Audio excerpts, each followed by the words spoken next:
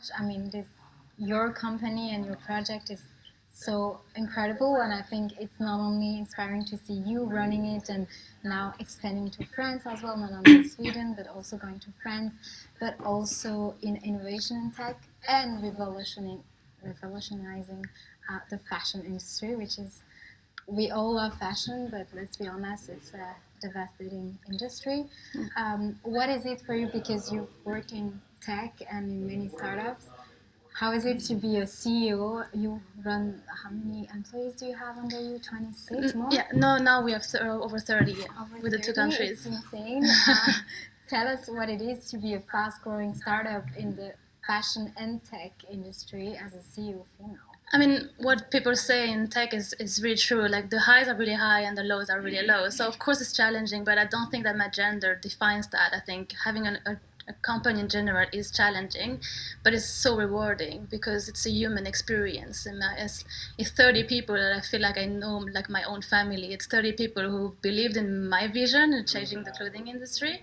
And I said, like, yeah, I want to do that with you. I want to be part of that journey. So it's just been anything than but rewarding as a person. And I was really lucky also to have seen other company growing and being part of other journey like Spotify and other companies also that are actually also in Switzerland, and being inspired by those people, because I've been inspired by a role model that happened to be females, but also had an incredible journey. So nice. Yeah. We'll come to role model question later on when we'll discuss all together. In terms of startup and investors, I know that most investors are not necessarily giving away the money to female entrepreneur. Yeah. Was it a challenge for you, or did you experience something? I think there's two. The problem is maybe there's not a problem, but the thing about fundraising is that, first of all, it's a relationship that you build. It can take many years, and there are people that I've met 7 years ago that I invested today, and not that I've been waiting 7 years. I've been building a relationship with them. And just to give an example, that actually was also really interesting, is that once I was in a room with other female founders, and one of them was about to go into that room with investors to pitch, and she was like, oh my god, I know they're not going to take me serious. And I'm like, if you're already thinking this way, of course they're not going to take you serious. You have to go into that room thinking you're just another human being capable and deserves to actually get, who has a great idea, deserve to actually get that funding. Because at the end of the day, getting funding is not about the money. It's a collaboration. It's two parties, like a startup and someone who has financial resources, who said, okay, we believe in each other, we want to do that together, and then one is going to bring the financial part and the other one is actually going to bring the sweat, the tears, and everything else. So at the end of the day, it's just a collaboration. You have to see it as that, and we are both deserving on each side to actually work together. Perfect. Thank you so much. A last question I have for you, since I'm really interesting, is it, do you have networking opportunities? Do you feel like you have less networking opportunities as a woman entrepreneur than a man? I think that because I've been inspired by female mother, I've never thought I never looked at myself as just deserving less because I was a woman. I never thought about it, actually. And I think it's a great thing, and I hope that there's more female like us, like reaching out to other female to just say it's possible, because as soon as you see someone doing it, you're like, I can do it too. So I've never thought about it, and I always enter the room thinking, I have as many, like I have no limits, actually. I can do it, and that's my gender doesn't really define my opportunities. That's wonderful, and that's what we all need to think, and everybody out there needs to tell themselves. Just like for people, and that's why I try to promote, is like, just try it. Like, there's nothing that stops you from just trying it and learning and meeting people and like reaching out. And I think we're in a society now where people are much more open to help out and they want to promote people. Yeah, for sure. We're going to push this. Yes. This is a mission for all of us. Thank you so much, Lisa. Thank you. I want to go to our next guest. I'm going to ask with the first question, the one that Lisa also mentioned starting with, was, do you have any woman role model sorry, woman role model, and why or who, and yeah. Maybe Lisa, you want to start since you're Yeah. already Mm. almost starting. I have so much thing to talk about this because I think it's so important, and there's something about women maybe that they're so powerful sometimes that they don't dare to go out there. They just stuck into their work, and I think those women who are in executive position have to go out there and they have to reach out to and try to become those role models. It's really, really important because that was the biggest difference for me, was to have that person. And I never thought about it as, oh, I have a female role model. That I had a role model, she's a woman, and I just want to be her. And if she can do it, I'm going to do it too. And yeah, 5 years later, I have a startup like she did. I raised like she did, and she was the CEO of Outfittery. It's a creative show, so it's really also really close to what I'm doing today. Yeah. And she has changed my life for sure.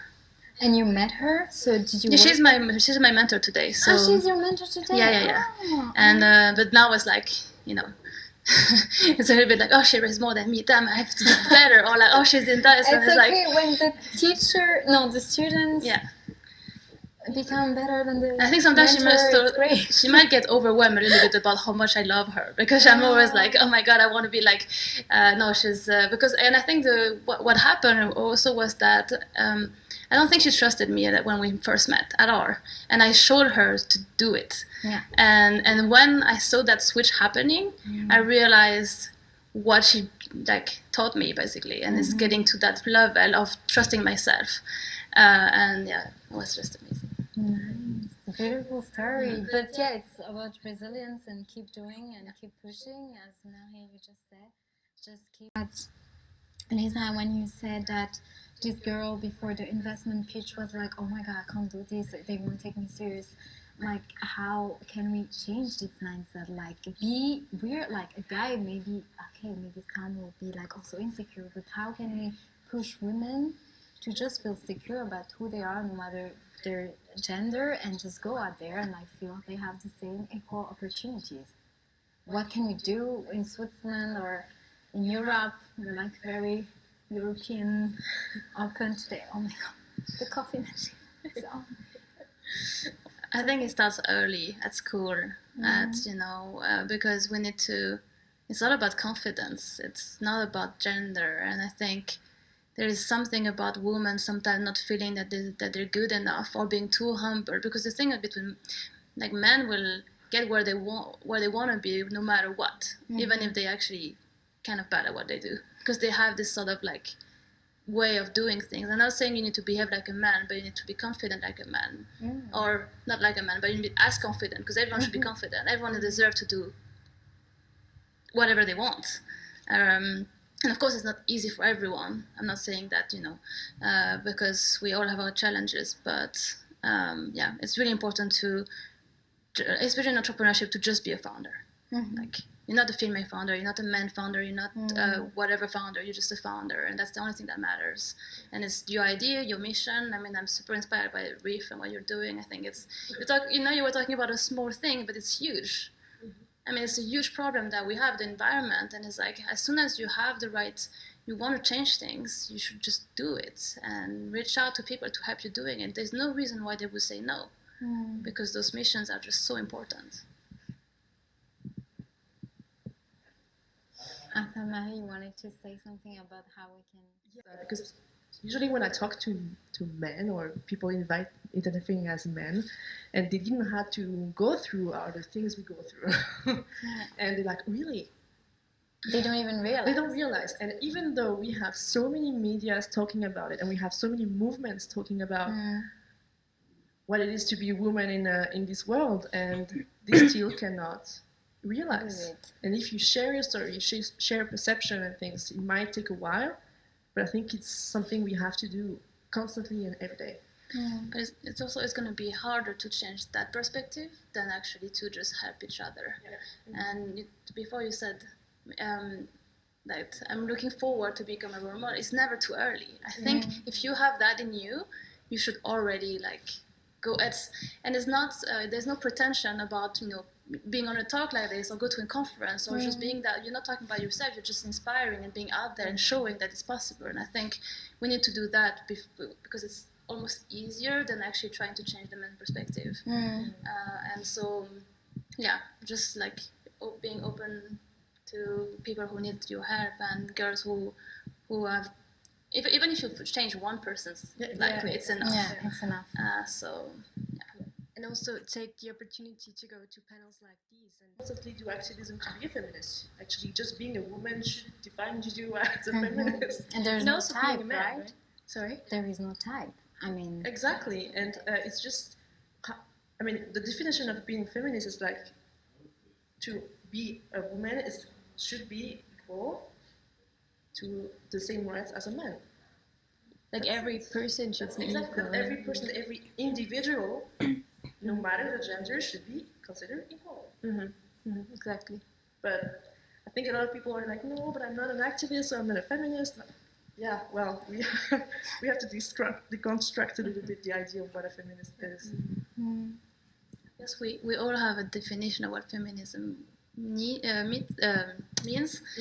For me, I actually don't use it so much because I'm looking at equality, and I feel like there's a lot of different what you call. I also don't like using minorities because it's classifying people, but I think there are men, there are people from different ethnicity, a lot of people who feel the same way that women does, and I think it's about it's about equality more than just women. Exactly. Yes. And that's why I have a hard time using the word feminism because it includes women, but I feel like there's so much more than the gender that causes inequality, and I really want to work towards that more than just focusing on the woman. I don't know. It's just how I feel about it, and I've seen so many, especially in tech. I've been to women in tech events where we have female investors and we have founders and female founders on stage, and the first thing that the female investor is going to say is like, "I love your dress." Okay, wow. And I'm like, she's like this. I'm like, what am I doing here? Like, why is there men not allowed in those events? Yeah. And why is the first thing we're talking about is how you're dressed Yeah. and how oh, it's so nice to see a founder with a dress. Like, no, this is not okay. And that's why I'm trying to broaden up the activism to everyone who feels that they don't have the confidence or the background or something about them that challenge them. I kind of share that sentiment.